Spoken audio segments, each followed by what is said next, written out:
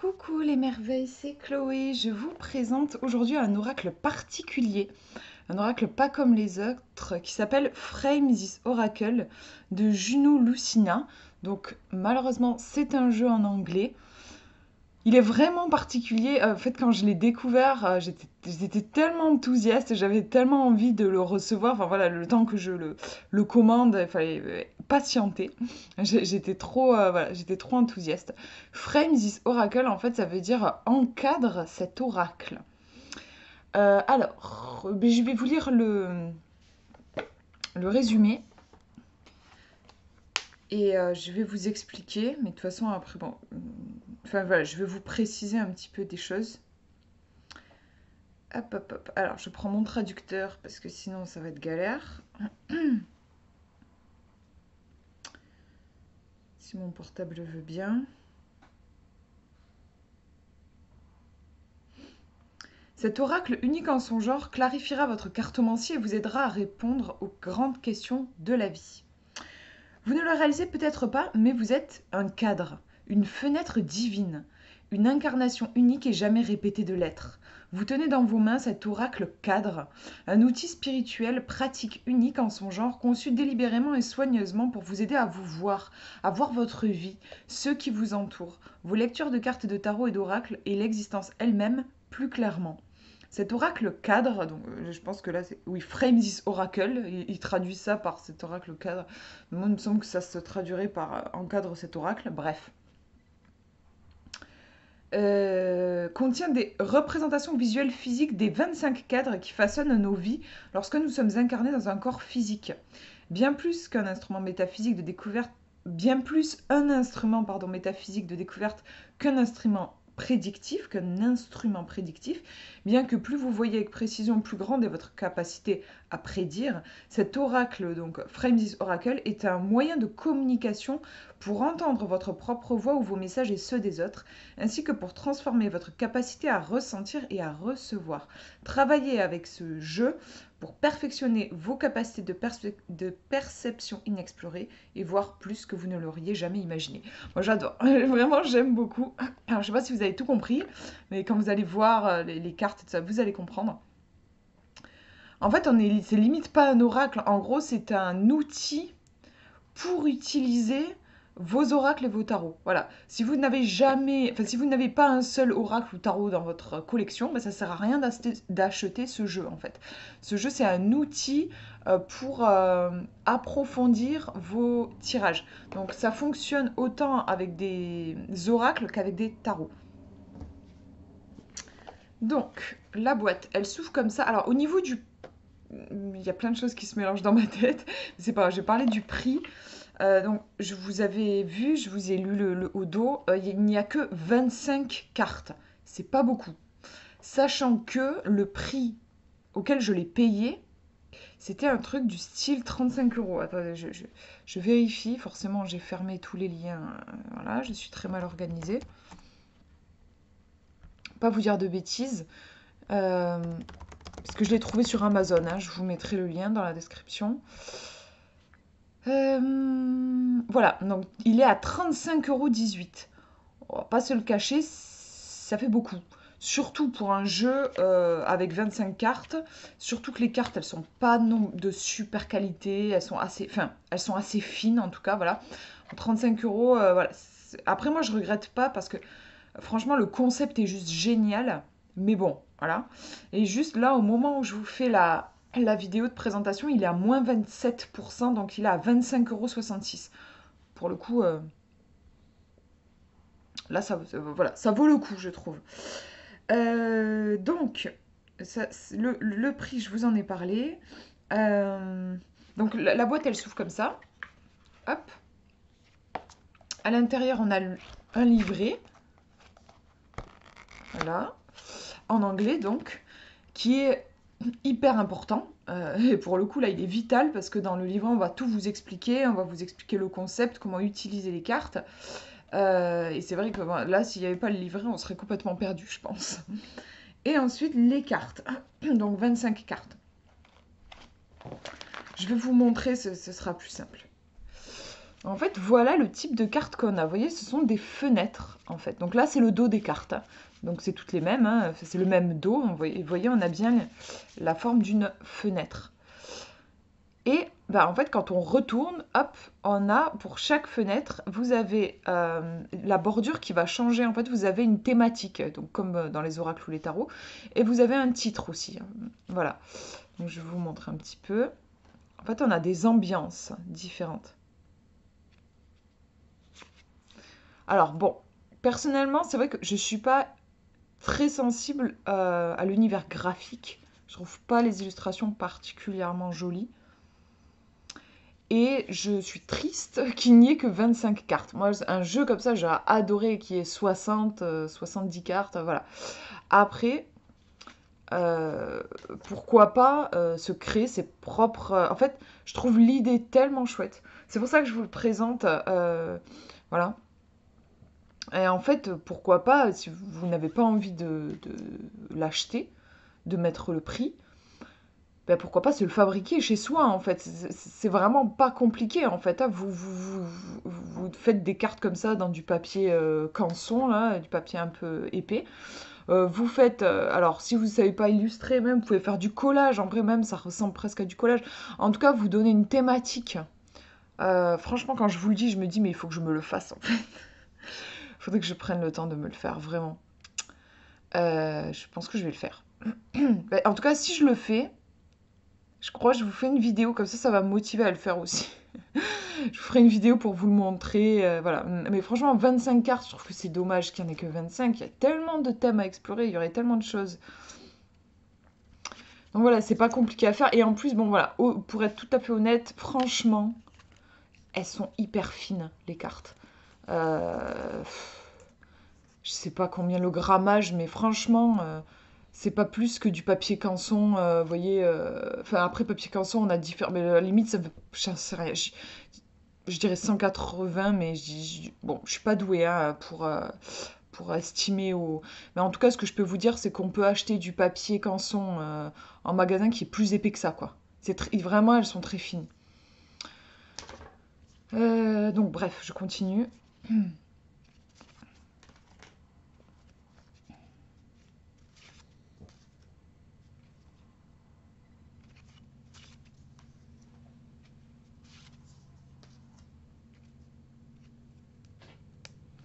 C'est pas mal aussi là la façon dont c'est fait. Vous voyez, en fait, on a là pour le coup, on a vraiment, ben, c'est l'illustration d'un espèce de Bouddha et qui est coupé. Vous voyez, ça peut être si vous voilà, vous n'êtes pas hyper à l'aise, enfin, vous prenez une image en fait et puis vous découpez comme ça peut être ça aussi en fait, hein, voilà. L'idée c'est surtout d'avoir une ambiance quoi qui est retranscrite. Ah là là, mais vraiment, en fait, je fais bien de vous le présenter, parce qu'en vrai, je l'ai depuis un moment, ce jeu. J'arrivais pas à me motiver pour faire une vidéo. Et je fais bien de vous le présenter, parce que ça me booste sur... c'est là, je crois que j'ai mis à l'envers, là, c'est le changement.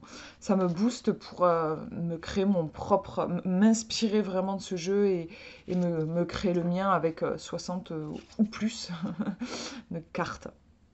Franchement. En vrai, c'est trop bien. Elle me dit même ça vaudrait le coup de faire un atelier, limite. Moi, je dis ça là. Franchement, j'ai pas l'énergie hein, d'animer un atelier avec vous et tout, mais c'est juste que je me disais, ouais, ça peut être sympa. Ou un truc, enfin, de faire ça avec des potes, quoi. On se retrouve et on se fait un truc comme ça. Ça peut être sympa comme atelier créatif. Euh, donc, je sais pas si vous avez compris l'idée. En fait, euh, je vais vous donner un exemple. Imaginons, je suis avec l'oracle Lumière d'étoiles. Je me fais un tirage.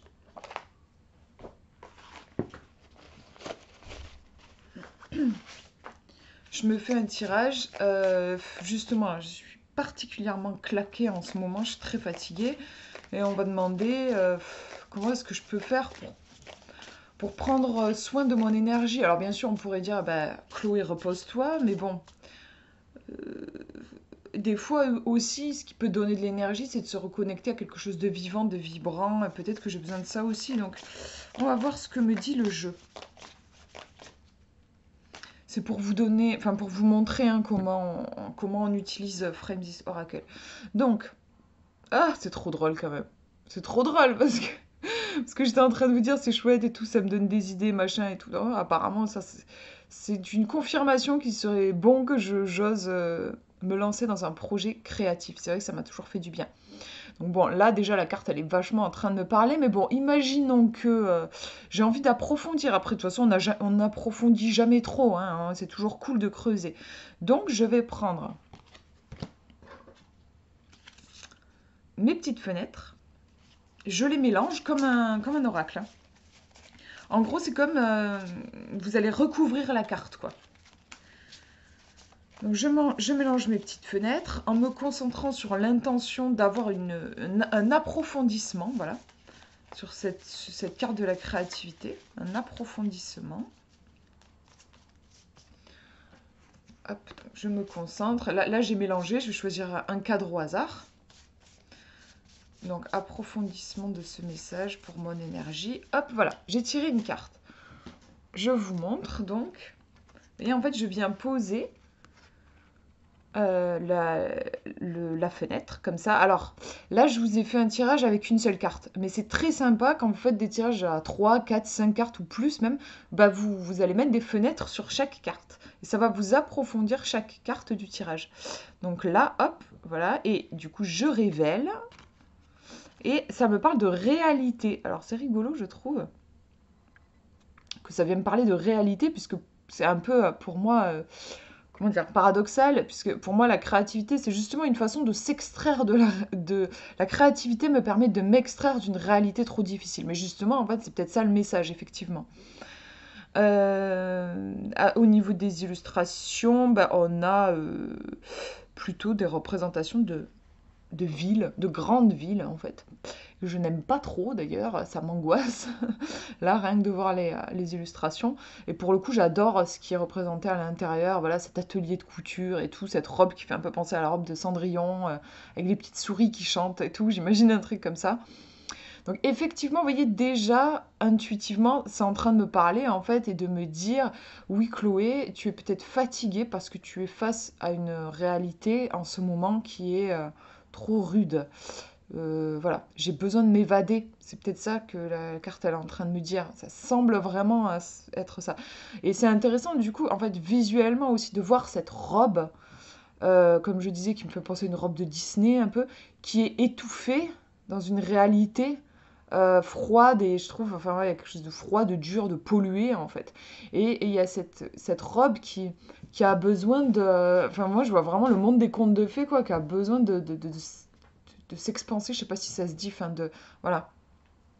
De repousser là, franchement, si je pouvais, j'aimerais bien élargir le cadre et même le virer, quoi. Voilà. Donc déjà, vous voyez, j'ai ma réponse. Mais comme je vous fais la présentation du jeu, je vais vous lire le livret. Comme ça, vous allez voir. C'est hyper intelligent, je trouve. C'est vraiment intelligent. Alors bien sûr, si vous créez votre propre Frames Oracle, là, bah, ça serait... franchement, c'est important de bosser sur un livret. Relier vos cartes à des questions, parce que c'est vraiment... vous allez voir, c'est ça, hein, c'est un jeu qui permet de se poser des questions. Alors, donc c'est la 10. Hop, alors je prends mon portable pour vous faire la traduction. Je vais tout vous lire, je pense, comme ça, vous verrez. Vraiment, il est bien fait, le jeu, le livret. Donc, au début, on nous dit « Rien n'existe sauf les atomes et le vide. » Et hop, j'ai perdu le truc. Tout le reste n'est qu'opinion. Donc ça, c'est une citation, hein, vous l'avez compris. Et une autre citation, la réalité n'est qu'une illusion, bien que très persistante. C'est Einstein qui a dit ça. Donc là, vous voyez, je vous ai lu ce qui est écrit ici. Donc à l'intérieur du cadre, déjà, voilà, on a des réflexions sur lesquelles on peut méditer. Ensuite, vous avez un texte donc sur cette fameuse réalité. Alors, je vous disais que je vais tout vous lire, mais quand je vois le pavé, je vais peut-être lire en diagonale, hein. La réalité est l'état des choses telles qu'elles existent réellement par opposition à l'image que nous en avons. Les choses de la vie dont l'existence est communément observée et vérifiée par la plupart, sinon la totalité, qui sont cohérentes par opposition au hasard ou à l'influence du conformisme et de l'hystérie collective. Quelque chose qui est perçu comme réel et qui est physiquement expérimenté par les sens est généralement considéré comme la réalité. Mais la réalité n'est ni la vérité, ni les faits. Vous avez compris, c'est un jeu qui va vous faire philosopher. Moi j'adore. Pour nous les humains, la réalité est relative, ce qui signifie que quelque chose de réel ne peut être considéré qu'en relation avec d'autres choses considérées comme réelles. Certains postulent que la science définit la réalité, mais la science mesure les phénomènes, émet les hypothèses et fait des prédictions. Tout au plus, la science propose des hypothèses réalisables, par exemple elle suppose que quelle que soit la réalité, elle peut être mesurée, mais elle ne définit pas la réalité elle-même. La réalité est plus justement attribuée au domaine des philosophes, ces penseurs qui tout au long de l'histoire ont remis en question la nature même de l'existence. En philosophie, la métaphysique est l'étude de la définition de la réalité et de notre compréhension de celle-ci. Autrefois, la réalité était déterminée par ce que nous pouvions tous percevoir avec nos sens physiques, comme les corps, les arbres et les maisons, mais à mesure que la conscience humaine progressait, notre réalité s'est étendue bien au-delà des organes sensoriels limités du corps, pour inclure tout, notamment les galaxies, voilà, les cellules et tout ça. Même l'épistémologie, l'étude philosophique de la connaissance, ne promet toujours pas d'établir la réalité, donc ce qu'est la réalité. Comment définissons-nous la réalité en dehors de nos perceptions? En général, nous utilisons l'accord, c'est-à-dire tout ce que la plupart des gens considèrent comme réel. Et ceux qui ne sont pas d'accord avec le consensus général sont jugés délirants, ou tout le moins égarés. C'est intéressant, je trouve. Je continue la lecture. Ça va, c'est pas si long que ça, en fait, je trouve. J'ai galère à ouvrir le livre pour bien avoir la traduction. On va essayer. Si 10 personnes assistent à un accident de la circulation, elles pourraient ne pas être d'accord sur la responsabilité, l'ordre des événements et les circonstances. Mais généralement, les 10 témoins attesteront tout de même de la même manière qu'un accident de la circulation s'est produit. Ainsi, nous pouvons supposer que l'accident lui-même est une réalité, seuls les détails sont incertains, brouillés par les perceptions contradictoires de ceux qui l'ont vécu. Bien sûr, ce type de réalité a maintenu le monde plat dans l'esprit des humains pendant une grande partie de notre histoire. Que nous soyons d'abord d'accord sur le fait que quelque chose est réel ou non, ou que nous le reconnaissions comme étant différent, que nous mettions l'accent sur divers aspects, ou que nous nous soucions d'une partie plus que d'une autre, ne change pas sa réalité. L'image que nous avons de la réalité est une carte, mais la réalité elle-même est un territoire, et ça c'est une citation de machin chose là, pardon, de je sais pas comment ça se prononce, Korzybski. La réalité est ce qui est, indépendamment de ce que nous pensons, acceptons, ressentons, imaginons ou souhaitons qu'elle soit. Voilà. Donc, je vous laisse réfléchir sur tout ça, je vous laisse méditer sur tout ça. Et ensuite, on a une partie. Demandez-vous. Ask yourself, demandez-vous. Et là, il y a plein de petites propositions et ça, j'adore. C'est ma partie préférée. Alors, demandez-vous. Qu'est-ce que le contenu du cadre de la réalité suggère que vous oubliez? Donc, dans mon cas, la créativité peut être quelque chose que j'oublie en ce moment. Que vous oubliez, ne voyez pas ou ne comprenez pas à propos de ce que vous percevez, par opposition à ce que vous pensez, ressentez, imaginez, convenez avec les autres que cela doit être ou avez besoin que cela soit. C'est hyper intéressant, je trouve. Dans ma situation, par exemple, ça peut vouloir dire que j'estime, très sûrement inconsciemment, mais que la créativité est une chose superflue. C'est souvent ce que la plupart des gens pensent. C'est une chose superflue et que c'est pas quelque chose qui devrait être ma priorité en ce moment, quoi. Alors qu'en fait, apparemment, si, ça me ferait du bien. Ensuite, deuxième question. La réalité vous demande souvent de vous arrêter et de reconsidérer. Y a-t-il un aspect de ce qui est sur lequel vous vous trompez? Regardez au centre du cadre de réalité pour trouver ce que vous omettez ou interprétez mal. Donc voilà, c'est vraiment intéressant. Vous allez vous plonger dans l'illustration. Par exemple, oui, enfin là, c'est un peu ce que je disais précédemment. Je pense que là où je me trompe en ce moment, c'est que j'ai le sentiment que enfin, j'ai pas un bon ordre des priorités en ce moment. Je pense que je m'oblige à faire des choses qui ne me nourrissent pas mon âme, en fait, en me disant je nourrirai mon âme après, alors qu'en fait, il vaut mieux que je commence à nourrir mon âme et puis les autres choses, on verra après. C'est plutôt dans ce sens-là que je devrais apprendre les choses. Ensuite, on nous dit parfois le cadre de la réalité révèle une irréalité fondamentale, non seulement pour vous-même, mais aussi pour un groupe ou même une société dont vous faites partie. Sur quelles croyances ou connaissances fondamentales, vous et ceux qui vous entourent, basez-vous votre vie et mettez-vous en pratique dans le monde, qu'il s'agisse d'une réalité plus mythique. Attendez, et je change de page.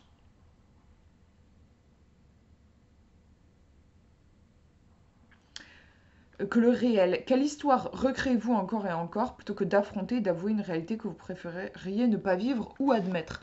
Bon, pour moi, là, ça, c'est la même chose que ce que je vous ai dit précédemment.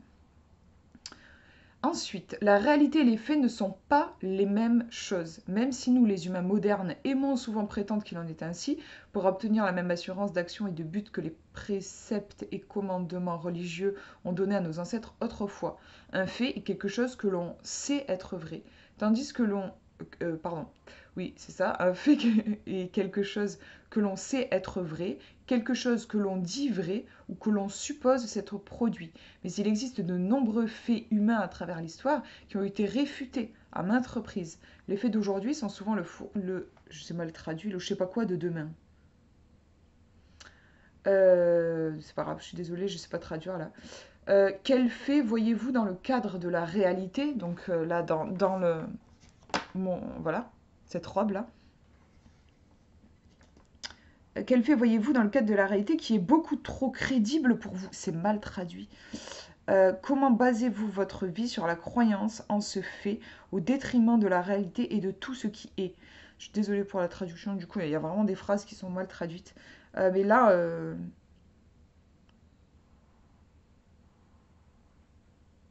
en fait, enfin, vous voyez, en fait, les questions se ressemblent. À chaque fois, il y a juste des petites nuances, mais voilà, c'est vraiment un cadre là que j'ai tiré qui m'invite à un peu à dézinguer les croyances limitantes. Il y a quelque chose que je crois dur comme fer, que c'est comme ça et pas autrement, alors qu'en réalité, il y a autre chose qui est possible. C'est ça que ça arrête pas de me dire, en fait, j'ai l'impression. L'une des belles leçons du cadre de la réalité est de reconnaître, et espérons-le, d'apprécier, à quel point l'humanité est remarquable dans la création, l'invention et la réalisation et la résolution de problèmes. Car ce n'est qu'en confrontant honnêtement les limites de la réalité que nous accomplissons notre travail le plus ingénieux. Quelle réalité de la vie affichée dans le contenu de votre cadre êtes-vous mis au défi de surmonter, de dépasser ou de déjouer? Quelle réalité devez-vous, et peut-être l'humanité, reconnaître et en retour élaborer une solution? Dernier point, la réalité est composée à la fois d'ordre et de chaos, et souvent nos plus grandes distorsions et nos plus grandes prétentions naissent de notre désir de créer plus, ou du moins l'apparence de plus, d'ordre sûr dans nos vies pour éviter le dangereux chaos de la réalité. Lorsque vous regardez dans le cadre de la réalité, que voyez-vous dans son chaos que vous avez peur d'affronter? Ça, c'est intéressant. Qu'est-ce qui vous effraie dans l'acceptation? Pour le coup, là, dans mon cadre, il y a vraiment, je trouve, le chaos de la créativité, entre guillemets. Hein. On parle des fois, on dit qu'il y a des bordels créatifs. Enfin, la créativité, c'est un truc un petit peu, ça part un peu dans tous les sens. Là où dans mon cadre, il y a quelque chose de très, en plus, il y a des lignes, il y a pas mal de lignes. Il y a quelque chose d'un peu étouffant et d'un peu clac-clac. Peut-être que si je manque autant d'énergie, c'est parce qu'il me manque un brin de folie dans ma vie. Et qu'est-ce qu'on me dit d'autre? C'est toujours pas fini, c'est un peu long, mais je veux vraiment que vous voyez un petit peu quand même la richesse de cet outil, quoi. Je trouve vraiment que c'est assez énorme. Euh, Comment votre vie pourrait-elle transformer en libérant cette peur? Qu'y a-t-il dans le territoire de la réalité qui ne figure pas sur votre carte intérieure? Qu'y a-t-il dans le cadre de la carte qu'il n'y a pas dans votre carte intérieure, en gros? Et ensuite, dernier truc, si j'y arrive. Dernière traduction, si mon portable veut bien.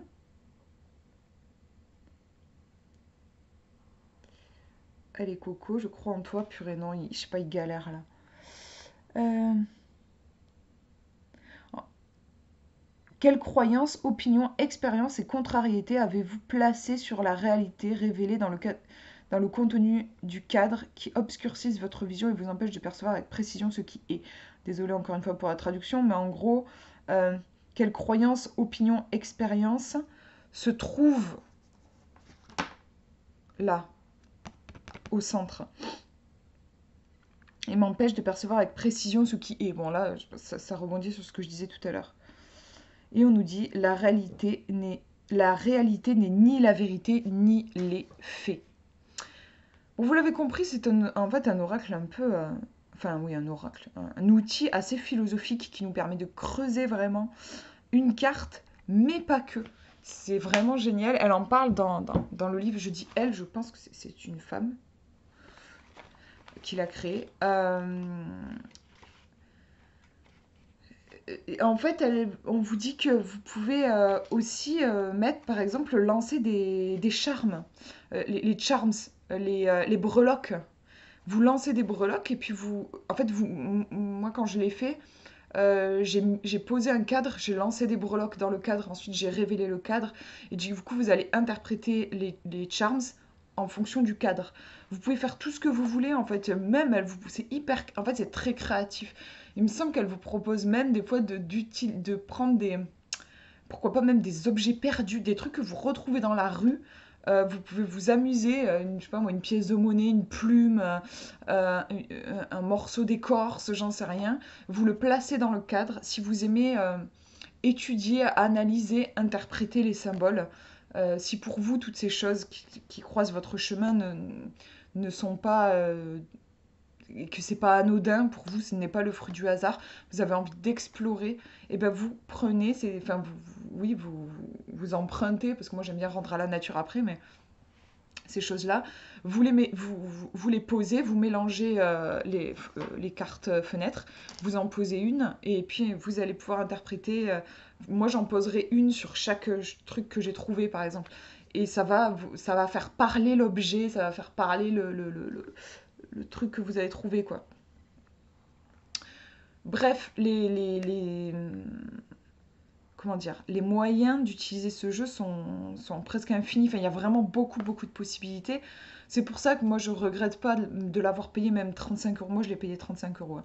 Mais je regrette pas parce que c'est juste génial toutes les possibilités voilà, qui s'offrent à moi. Enfin, j'aime, le concept est génial et ça me donne envie. Et puis du coup, je pense que je vais le faire. Ça me prendra du temps vu comment je suis fatiguée en ce moment, mais je vais le faire. Tant pis si ça me prend, peu importe le temps que ça me prendra.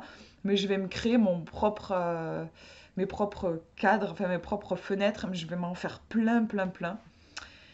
Et si quand j'arriverai au bout, je vous ferai une vidéo. Je vous le partagerai en vidéo. Comme ça me motivera aussi pour le faire. Et si ça peut vous inspirer, bah, c'est trop cool. Voilà pour la présentation. Et il y a aussi une partie pour vous dire quand même à quel point le livre est bien fait. En fait, vous pouvez aussi utiliser, il y a toute une partie où vous pouvez faire parler la fenêtre quand elle n'est pas encore révélée. Vous voyez, là, c'est le dos. Bah, même avec ça, on peut travailler. Il y a une explication aussi. Donc franchement, le concept est vraiment fouillé. Voilà, ce que je déplore, c'est juste qu'il y ait si peu de cartes. Et peut-être aussi qu'elle soit aussi fine, quoi. Mais voilà. Mais franchement, en plus là, voilà, comme je vous disais, là, il est à 25 euros. Bon, comme vous voulez, mais moi, je trouve que ça vaut le coup. Voilà, je vous fais de gros gros bisous. Prenez bien soin de vous.